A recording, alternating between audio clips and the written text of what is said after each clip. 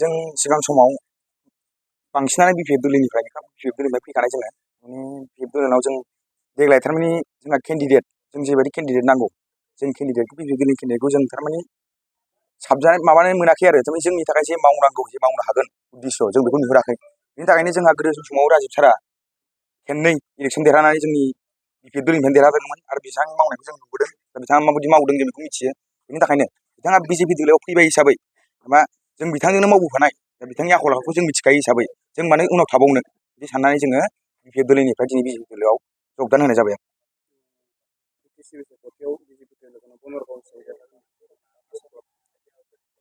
आंनि साननायाव 100% देरहागोन। मानि थाखाय जों जेबायदि नुदों जे BPFनि जे एक्टिभ वार्कार जों नुगासिनो जोंनि सिगाङाव बहुत एक्टिभ वार्कारफ्रा दिनै BJP दोलोआव जइन जाबाय। बिथांमोना आलादा दोलोआव जइन जानायखौ आं बांद्राय नुवाखै।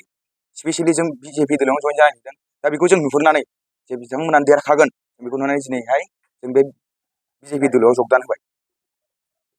आदसा दिनै आं बे प्रेस मिटनि गेजेरजों बुंगोन दि जोङो सिगाङो BPFआवनो एक्टिभ वार्कार हिसाबै जों खामानि मावबोबाय थादोंमोन।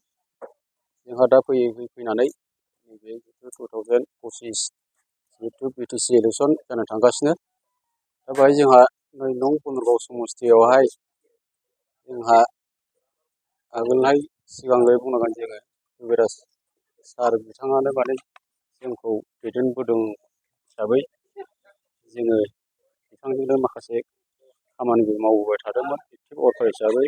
जोंहा दा फैलायबाय जोंहा दा सासे बिजाथि हिसाबै जोंहा सार गोदान सेक्रेटारि हिसाबै बिथांखौ हरदों। दा बेहाय जोंहा अनेक गोनो गोथो साननो गोनां जानानै फैदों। दा बेहाय जोङो सोर सासेजों खामानि मावोबा सोरबा सासेजों जोङो गाज्रि मोनजागोन हिसाबै जों बेखौ नोजोर बोनानै जोङो दिनै ओंखायनो BPF दोलोखौ नागारनानै दिनै जोङो BJP दोलोआव बे राजिब ब्रह्म सारखौनो सापर्ट एबा मदद होनायनि गेजेरजों जों बिथांखौ देरहानो थाखाय बे बाराव जोङो आवगायबोनाय जाहैबाय। एसेनोसै। ओरैनोथ' BPF दोलोआव जोंहा पार्कआव प्राइमारि हिसाबै आङो एसिस्टेन्ट सेक्रेटारियाव दंमोन आरो एक्टिभ वार्कार जों खामानि मावबाय थायोमोन ज'यैनो। दिनै जों बाहाय गोबां जोंनि पार्कआव प्राइमारिनि सिङाव थानाय दरथाम दरब्रैनि गामि मानसिफोर दङ। दा बेहाय जोङो माने न'खर हाउस हल्ड हिसाबै सासेल' फैनाय जादों। दा सासे हाउस हल्डनि गेजेराव सोरहाबा साथाम सोरनावबा बिदिनो सानै सोरनावबा बिदि साबा सयजनसिम दङ।